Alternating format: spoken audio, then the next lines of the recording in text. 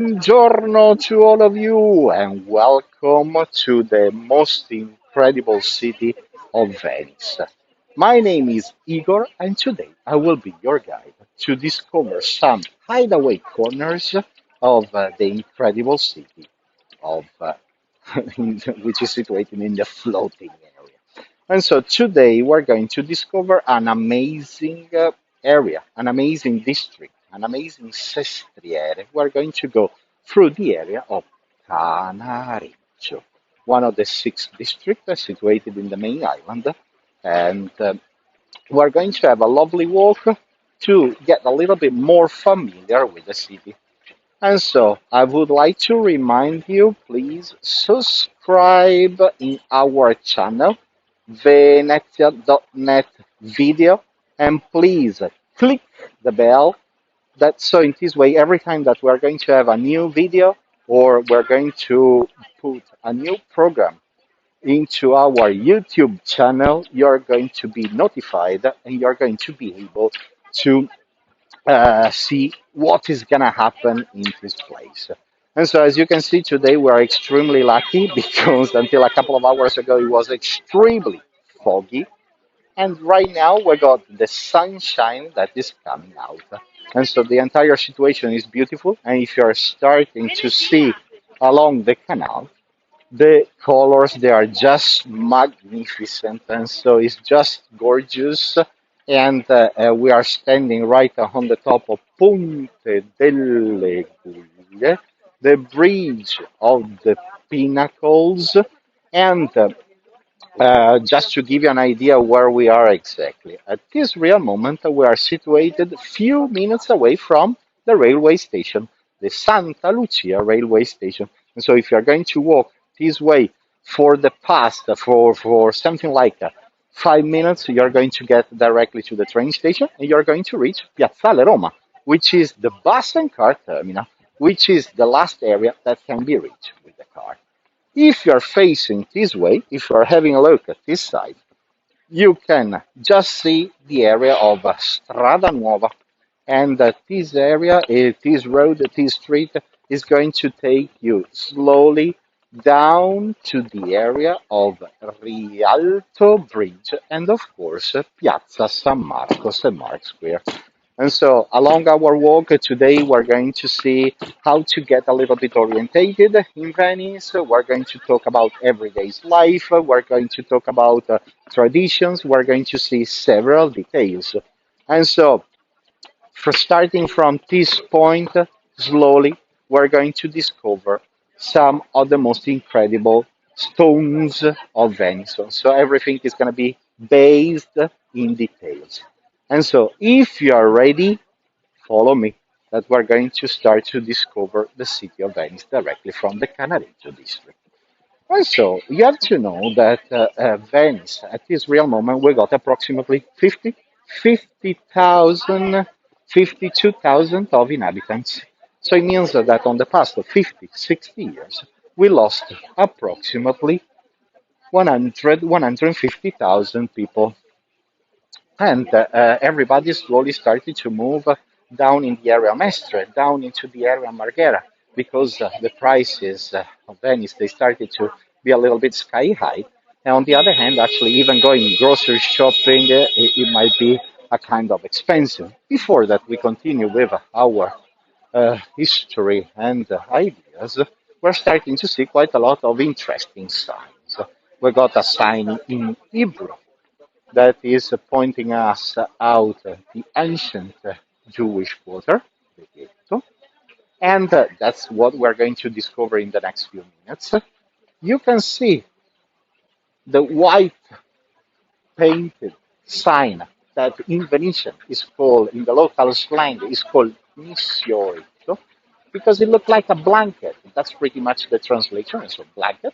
And so we got the name of the bridges, we got the name of the streets, the name of the district, the quarter, the sestriere. And if you keep as an eye up there where the yellow sign is, you can clearly see Per Rialto, PR Rialto, to Rialto Bridge, that at least you got always a little idea of where you should go to find your way. And so, following these signs, you're going to end up into Rialto, and then slowly you're going to continue to get into Piazza San Marco. And so, lately, following these directions, you're going to be able to get Per San Marco, PR, to St. Mark's Square. But here we go. So we were definitely talking about that nowadays we've got something like 52,000 inhabitants that live here. And on the other hand, normally we've got something like 30, approximately 30 million visitors that they get into Venice in a year round. And think about it, that Venice is pretty much twice as big as Central Park, New York. And so it's big, but it's not that incredibly big. Think about it, that we got Fermo, we got approximately what 120 islands, approximately 150 canals. We got more than 400 bridges, and that's how Venice is. But the most incredible and fascinating thing is these amazing palaces that are along the canals around Venice. The foundations, they are all made by wooden pilings, poles.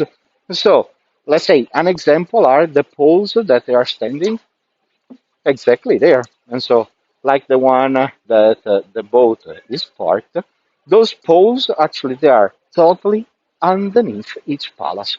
So it means that we got, just to give a little example, underneath the Rialto Bridge, for each embankment, we got approximately 6,000 wooden pilings per embankment. 10,000 wooden pilings that are sustaining the Ponte di the bell tower in Piazza San Marco.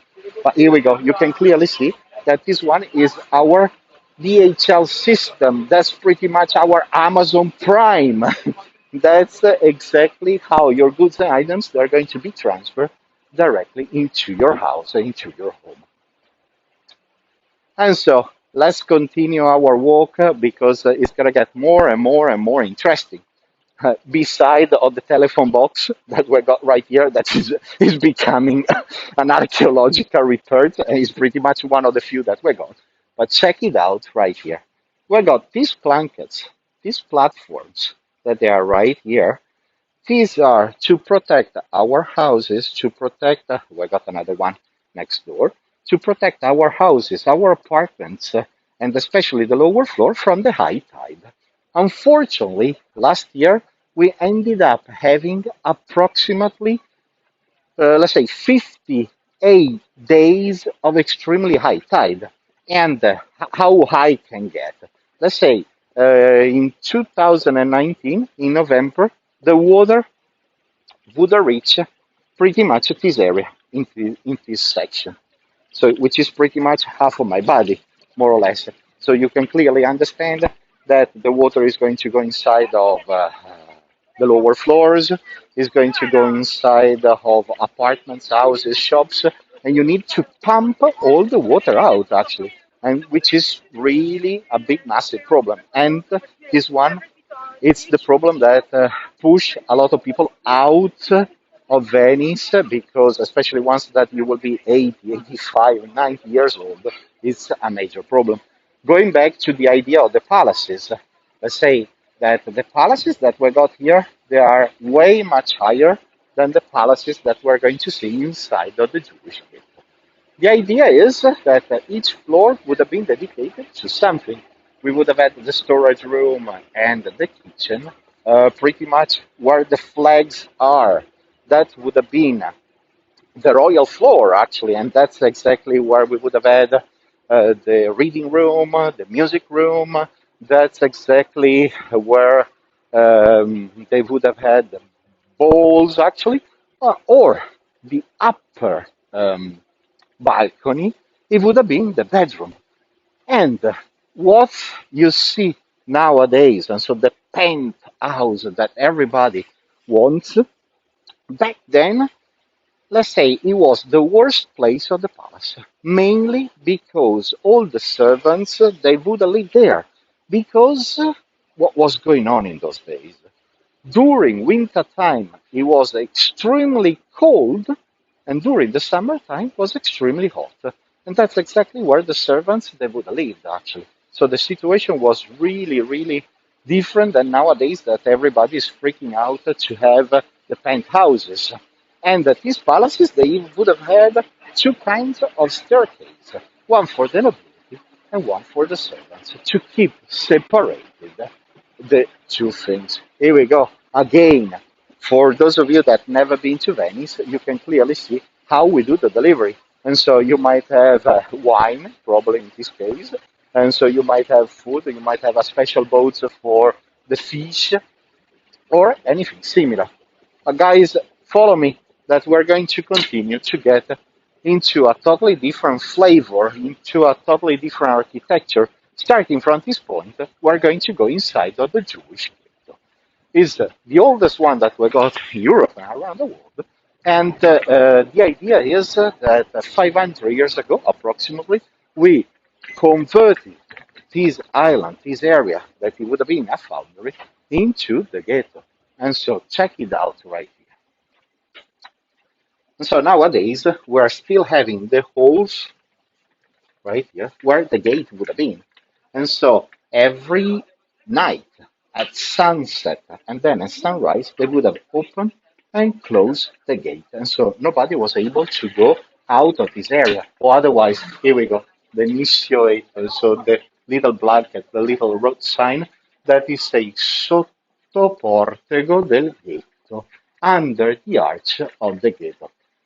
You have to know that here, especially in Venice, once that you are coming this way, ghetto for us it doesn't have a bad meaning. For us is district, quarter, area, and you have to know that at the real beginning we would have called this area getto, that it meant foundry, that it meant area where they were melting minerals, ions, and these kind of materials. And when the Germans got here, they were not able to pronounce the word getto, and they started to say ghetto. That's how everything started. Start to have a look right in front of us. We said that we got millions of wooden pilings that are our foundations. So, natural island, we drill the wooden pilings directly into the foundations to make everything solid and compact. And here we go. We're starting to have the sign that we're slowly entering into the Jewish sections. And at the end of the day, here we got 5 synagogues. And so 500 years ago, Venice was such a really open-minded city that we started to accept the Spanish too, French, German, Italian, and Mediterranean area, actually. And so there would have been 5 synagogues with 5 different way of talking and 5 different way of acting. And even here, actually, the thing is really interesting because the cuisine, the bakery, what we bake inside of the Jewish quarter is completely different. And the idea is, unfortunately, as Venice is getting smaller and smaller, the inhabitants are getting less and less, even the one of the Jewish quarter, uh, we're having less and less inhabitants, unfortunately. And so everything is totally shrinking, and the atmosphere is changing step by step. So coming this way, once that you are this way, you cannot even realize that the palace right in front of us it's a synagogue, or even this one it's a synagogue, because everything has been blended, mixed up totally together. I would like to show you something really interesting. Just come a little bit closer this way. We're starting to talk about stumbling stones. And so just to translate it to all our friends. Here used to live Annina Foa Melli, that she was born in 1863, and she has been arrested on the 17th of August 1944, deported into Auschwitz, and unfortunately assassinated on the 7th of September 1944. To give you a little idea what was going on in those days, actually, so we're talking about the Second War, in those days, actually, they were using the boats of the slaughterhouse that is just around the corner, the Nazis, the fascists, they would have collected the inhabitants of the Jewish capital, put them into the boat, brought them into the Santa Lucia railway station, and at that point they would have put them directly into the train and transferred them into the mainland.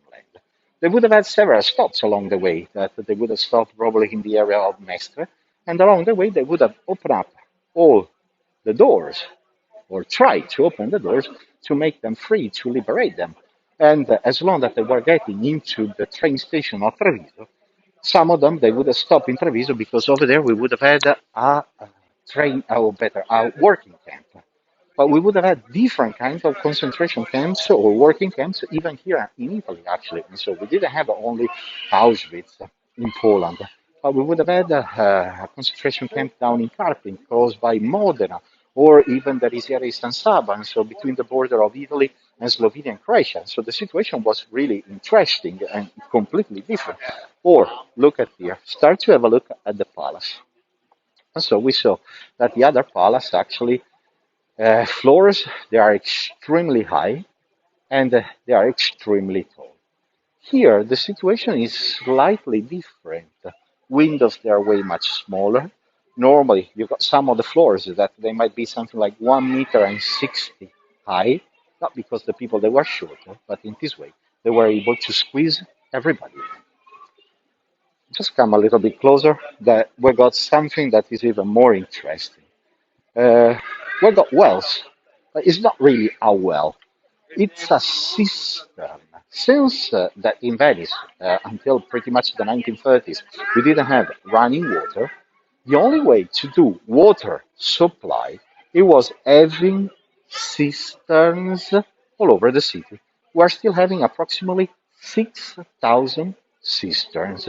Some that would have been open to the public, some they would have been private. And how everything was working. The box that you see right over there, that now he has been totally covered up, it was collecting the rainwater all over the surrounding of the cistern. Underground, we would have had sand. This sand was filtering the water. It was making the water potable. The idea is that nowadays all the cisterns they are all locked, mainly for security, especially because the kids they won't jump in while that they are playing. But on the other hand, actually we started to lock it off all the cisterns because even through the centuries, somebody was trying to poison the people. Another thing that is really amazing. Unfortunately, it's full of rubbish, it's full of anything. It looked like more a rubbish bin, but this one is something that is really interesting. In the 1600s, here in Venice, we figured out what? That the fleas of the rats that they were mainly arriving from China, they were spreading the disease of the Black Death. And from that point, what happened? We started to buy cats that they were arriving from Persia or Syria. And that has been the first way to exterminate the rats that they were causing the Black Death, especially to our American friends. We got something that is quite interesting. Not far from Venice, there's the city of Oderzo, which is a Roman town. Right over there, we got a man that is called Mr. Big Rat, Mr. Big Mouse. And he's the guy that he was working with Giuliani, the mayor of New York, to exterminate the rats. This guy he invented a really interesting system to poison to kill the rats. Basically, he was digging in the rubbish bins of New York rather than Calcutta, rather than anywhere else around the world, and he was reproducing the flavor that of the rubbish that has been found in the rubbish bin. That so the rats that they are not stupid, that it's a really extremely clever animal. He was familiar with that flavor. He was eating the entire poison, and that's how he exterminated all the rats. Here we go. We got the kindergarten here in Venice. And here it's a great spot, a great place to come, to live, especially when you are a little boy or a little girl, that you got all the bicycle and you got all the scooters. And growing up in Venice is just fantastic because nothing's gonna happen to you. I mean, probably if you play soccer, if you play football, your ball might end up into the canal, and then at that point you're gonna be like, "Aiuto, aiuto, help me, help me!" You're gonna wait at the first gondolier or the first boat that's gonna pass by, and at that point they give you back the ball, and you will be able to play again, and that is a big plus. On the other hand, we're always having our grandmothers that they're watching what's going on, and our grandmothers that will be standing by the windows. They are way much better than KGB or FBI. That so you are 100% sure that nothing's gonna happen. And so that is pretty amazing. And so check it out that we're slowly adventuring ourselves right in the area of the Jewish district. At this real moment, the water situation is quite incredible. And so it's extremely low. And so if you look against the foundations, you can see that the green line normally that's where the water is normally on. And then check it out. Here we got all the lanes, all the cables that are going to go from one facade to the other facade, and that's pretty much where we dry our clothes. And the entire idea is what? Normally we hang everything out that so they're going to get a fresher smell, but especially because in this way you're going to have less mold problems inside of the apartment actually. But that's you have to know that here in Venice, one of the most popular sports is socks fishing, because when a day that it might be really windy, it might blow your laundry away, and you're going to have all the socks in the canal, and so you're going to do socks fishing. Let's get a look at what is happening around this area.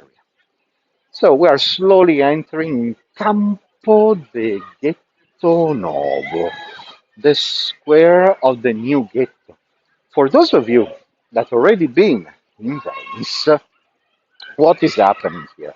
We don't have piazza, or better, the only piazza that we got in Venice is Piazza San Marco. All the other squares they're called Campo or Campiello, field or little field. Mainly because the situation was like this. We would have had grass literally everywhere. We would have had bushes. We would have had trees. We would have had fruit trees. And we were not able to call the piazza, the square piazza, but we would have called it field because it would have looked like more a field rather than a square actually.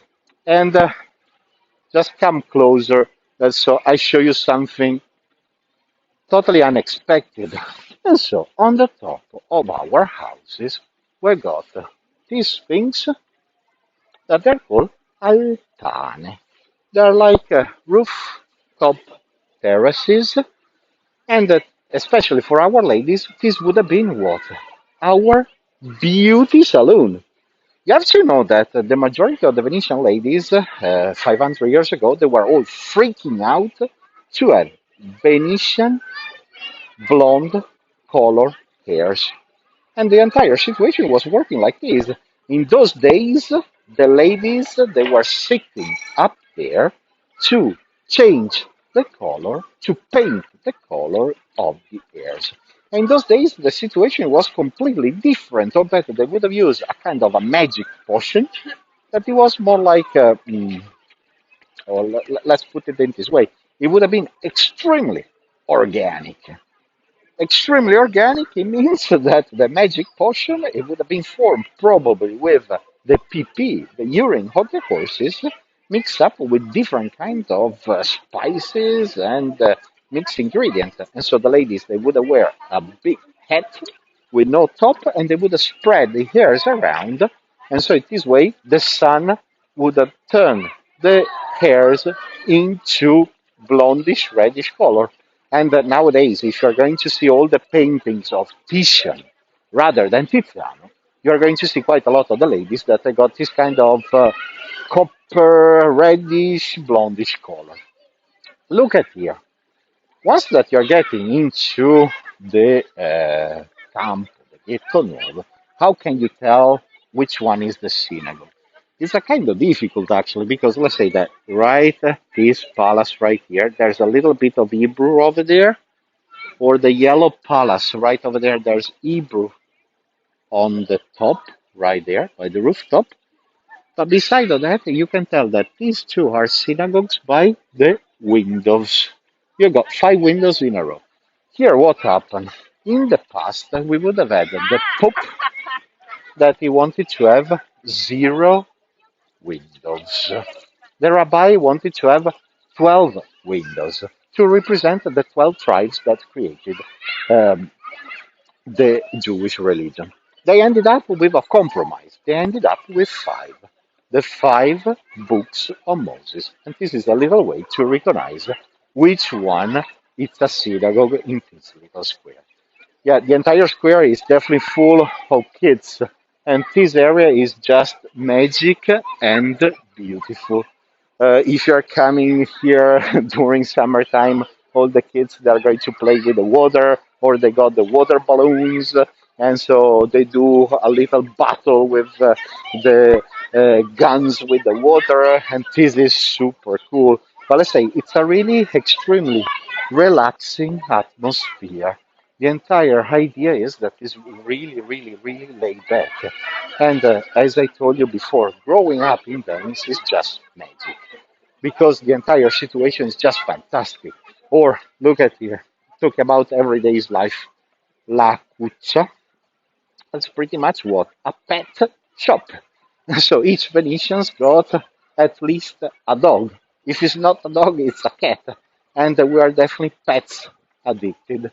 And so, of course, we need to buy the treats.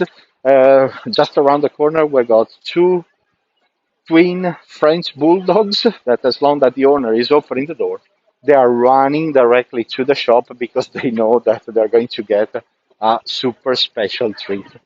Look at the atmosphere that we're having right now. So we are slowly going out of the Jewish district, and this one was one of the free entrances, free as a number or exits, that they would have been open and closed at sunset and sunrise. So we're slowly proceeding along Fondamenta degli Ormesini, and this area it would have been the place where they were selling, let's say, silk in a way. The other idea is we were talking about before laundry that is hanging. You can clearly see that we hang everything out, and here you got no privacy. Everybody knows exactly what you're wearing, which kind of underwear you got, and all these kind of things. Right now, our walk is going to take us directly in the heart of Cannaregio, which is it is incredible. Yeah, look at the atmosphere that we're having, and slowly we're going to leave the area of the Jewish district to proceed into the less touristic areas and less crowded. To give you an idea, how is the situation right now? Basically, we got only Italians, but especially Venetians. So all the people that you see them sitting around, they're all locals. Of course, as I told you, we got plenty of kids that they just finished the school and they're slowly going home. And before going home, they're going to play with the friends directly in the square. And so, right now, slowly, we're going to continue along this area. Look at here. Calle della Malvasia. You have to know that all over Venice we got a lot of Calle della Malvasia. But Malvasia, it wasn't related to that specific wine, the Malvasia wine, but it was related to the port that it was situated in the area of Crete and Greece, that they would have import the wine right in this area. Yeah. And the entire situation was like this. Um, we would have had here The wine it was called Vino Navigato, I vini navigati, the sailing wines. That there were those wines that were arriving mainly from the area of Greece and from the area of Crete. You have to know that something like 500 years ago, the entire concept of wine changed. What happened? The Malvasia was like the winery. It was the place where they were selling the local wines. And 500 years ago, thanks especially to Andrea Palladio, that he was pretty much like Sir Christopher Wren, the architect that he redesigned London, is the guy that the architect of the White House inspired himself. And what happened in those days? It happened that uh, the rich merchants of Venice they started to move from the heart of Venice and they moved into the countryside. They developed special vineyards, and right over there they were mainly producing what? Prosecco, the Prosecco wine. And so the first time that we mention the Prosecco through the history, we need to go back to the 49 before Christ. And Livia Drusilla, she was who? She was the empress of the Roman Empire. She was the wife of the emperor Augustus. And according with Pliny the Elder, the same guy that he described the eruption of the Vesuvius, that he was basically the, um, let's say, the most important journalist of that time, he was mentioning that every time that Livia Drusilla was having a party, a jar of wine called Puccinum would have been in the table of the emperor and the empress. Puccinum actually was the area of Duino, close by Trieste, and that's pretty much where the word Prosecco, Prosec is coming from. And then, let's say that the empress, she decided to come in this way to see especially what was in the surrounding of Venice, because not far away from here, pretty much at the end of this canal, we got the city of Alpino, and that's pretty much where everything started, where the ancestor of the Venetians they would have lived actually. And in those days, what happened? The emperor Augustus he created the ancient Claudius Augustus Way, that it was this incredible road that he was linking Venice to Augsburg. So, Germany, the Black Forest. And coming this way, she decided to go to see exactly the production of the Prosecco area. And so the Prosecco area, the Prosecco Valley for us is 1 hour, 45 minutes away from here, which is this incredible wine produced with a double fermentation. The first time that the Prosecco has been mentioned here in Venice, we need to go back with the official name. We need to go back between the 1600 and 1700, exactly in Calle del Remedio. Calle del Remedio is just behind Piazza San Marco. Exactly there, we got the a Malvasia that is called Remedio, that it was like a remedy, that it was like a magic potion. And so every time that anybody had a problem, they were having a garba de vino, a glass of wine. That's exactly how everything would have worked out in those days. And here we go. We're right in the heart of Cannaregio, and even the canal signs here, they're completely different than normal.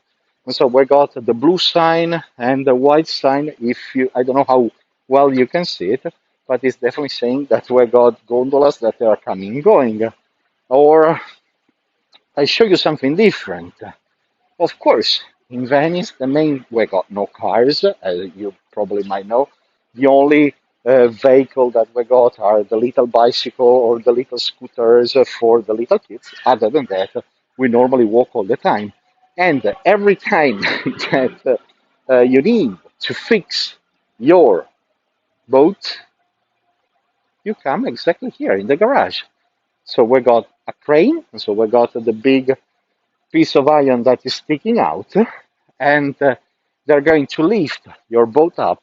They bring it in. At that point, they repaint, they fix the engine or anything similar. So that is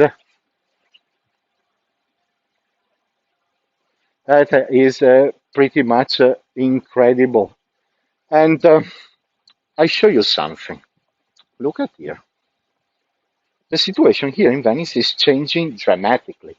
And so, since that the city is sinking and the water is rising, and we're having, let's say, the big glacier that they are slowly disappearing, we need to lift the city up.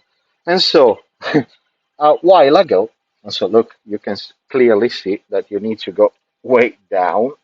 Here we go. And so, before you was stepping up, now you need to step down to go inside of your palace or your place. Another thing, and so we mentioned that all the squares are called campo or campiello, field or little field. It means that we would have had grass literally everywhere. Slowly we started to put, let's say, bricks made out of terracotta, clay, exactly like the one that we used to build up the walls. But at that point, what happened? We figured out that the salted water, because we got salted water here, it was deteriorating the bricks. And so, approximately 700 years ago, we replaced the stones. Look how pretty the scenery is amongst the little alleys. 700 years ago, we basically replaced all the big stones, and so the bricks like this one, with this stone. That is a volcanic stone that is mainly arriving from where? Padua, or better, the hills behind Padua, that they are all volcanic hills. And so this stone is definitely lasting forever. It's approximately 700 years old, and it's not going to be affected by the erosion of the salted water. Look at what is coming up right in front of us. La chiesa della Madonna dell'Orto, the Madonna of the vegetable garden, mainly because we would have had a real garden behind. And look at the reflection of the water of the church against the water, and look how pretty everything is. And so that is quite incredible. Yeah, we're going to see local life with the little boats that are coming and going, and or otherwise the little rowing boats that you have to know that all the gondolas in the past, it's not like gondola, this one, but all the gondolas, they would have been extremely colorful in the past. And nowadays, only twice a year, when we do the Regatta Storica, which is a gondola competition along the Grand Canal, this is what is going to happen. All the boats, they're going to be painted with extremely bright colors. And the best gondoliers of the entire city, they're going to compete along the Grand Canal. Check it out. Let's see if I can show you. Right over there, there's a kind of a line. It's a kind of stone that is coming out. What does it mean? We were talking about foundations, and so we got wooden pilings that has been pounded, that has been drilled directly into the swamp. The wood became concrete. It didn't rot it down. It didn't deteriorate it because having clay, what happened? Everything became petrified. On the top of the wooden pilings, we would have put tables, crisscross of tables, and right on the top of that, we started to put bricks and stones. And so now it's black. In the past, it would have been a kind of a white stone, and the stone that we would have used for the foundation, it was pietra d'Istria, Istria stone, that the optical effect is pretty much exactly like marble. But here in Venice, marble is not good because it's full of pores. And when the salt is getting into the pores, and everything is drying up, is cracking down. So you can clearly see that we got all the cracks and is basically going to be totally destroyed. If you look at this stone, it's way much more solid, unfortunately. Marble is beautiful, but is having quite a lot of problems. And so we just left the Jewish district, and slowly we're getting into another district. Let's say another quarter, another area. You have to know that all over Venice, we would have had different kind of nationalities that they were living. And so we would have had a district with Germans, Austrians, Austro-Hungarians, we would have had the Greeks, and so on. What is amazing is that we are situated in the area, so we're clearly a few minutes away from the Jewish ghetto, and look at here. And so we got Mr. Riob and the two brothers that are right there, that in a second we're going to see them. And the statue, until a while ago, it would have been totally painted with bright colors. Now the colors, they're all disappear. But the thing is, it was pretty much when it was, even during the Roman time, all the statues, they would have been totally colorful. Unfortunately, in the 60s, he lost the nose, and now it seems that if you touch the nose, you're going to have good luck. He had a pretty bad surgery, and he ended up with his iron, ugly nose. But Mr. Rioba in 2008, 2009, they chopped it off even the head. And so it was like Ichabod Crane. It was totally headless. And after a couple of months, we found the head that it was right on the top of a bridge. But why we got these statues here? The legend wants that there were merchants. They were selling silk and fabrics. One day, the Virgin Mary appeared here because she heard a rumor that they were cheating everybody. So what happened in those days? The Virgin Mary got here. She got in that shop. At that point, she was asking, "Hey guys, I would like to buy the best silk that you got in your shop." And she asked, the three brothers gave her the best silk of the shop. At that point, she asked, "Are you sure that is the best silk of your entire place, or your entire house, or your entire shop?" And they said, "Yeah, yeah, yeah, no problem." It wasn't.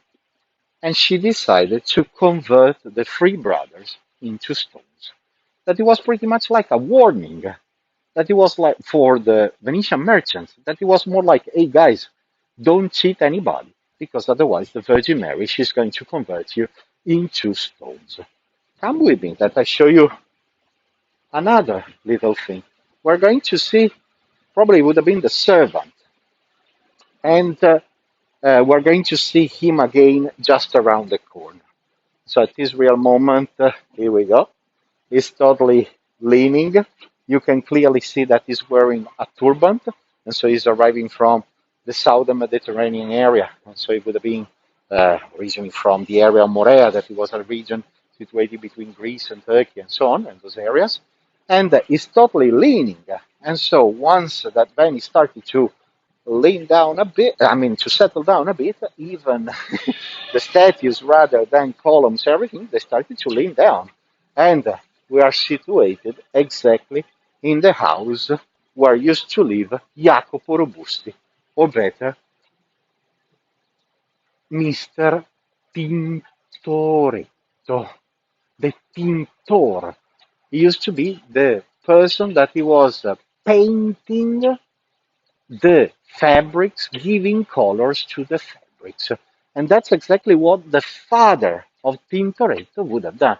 Let's go around the corner that we're going to see the brothers of Mr. Rioba, and we're going to have the flavor of the. Look at those, at these lions.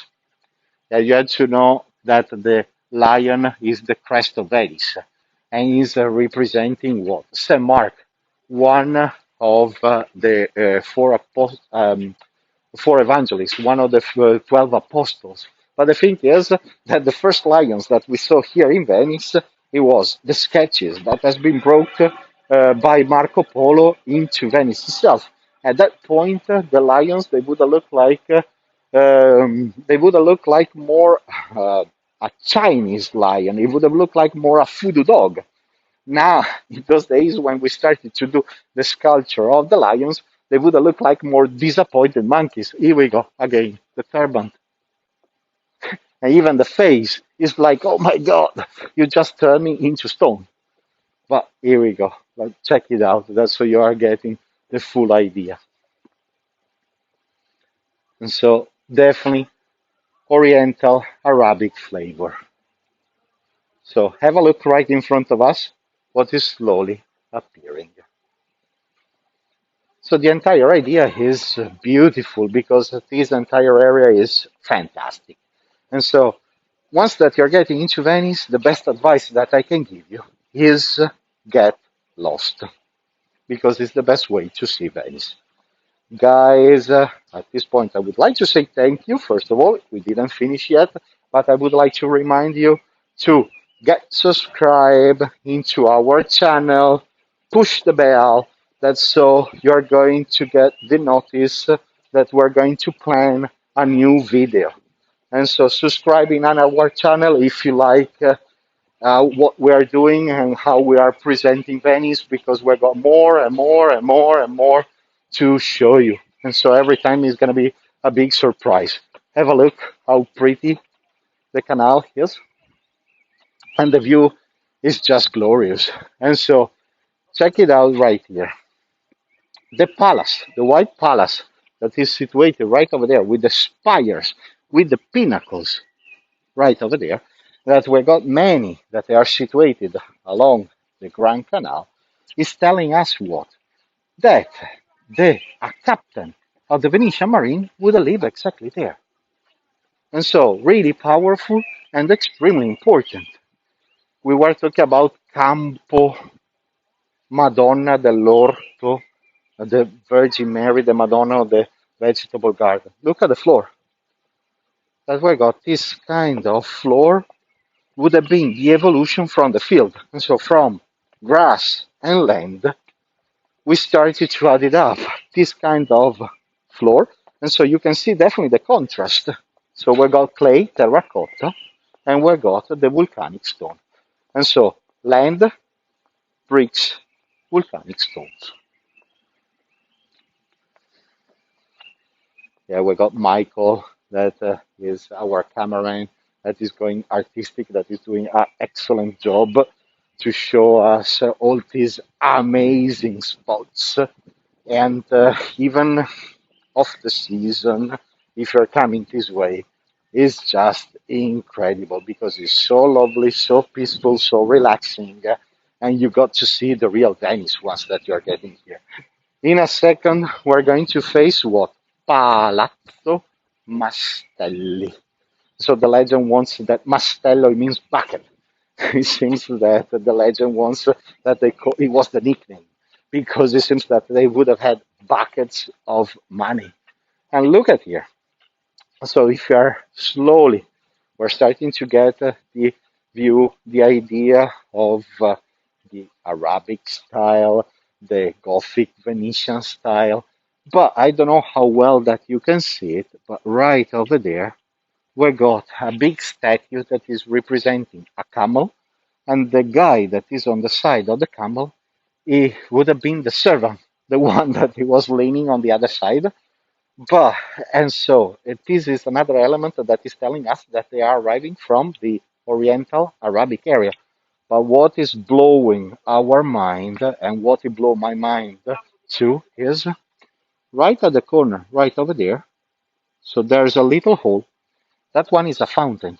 It's the only fountain situated in a facade of a building all over Venice. Since that they were Arabs, they were not allowed to deny water, especially for those people that were crossing the desert. So in this way, once that they got here, they decided even to put a fountain, and there was a special pump, a private pump that it would pump the water directly into that fountain.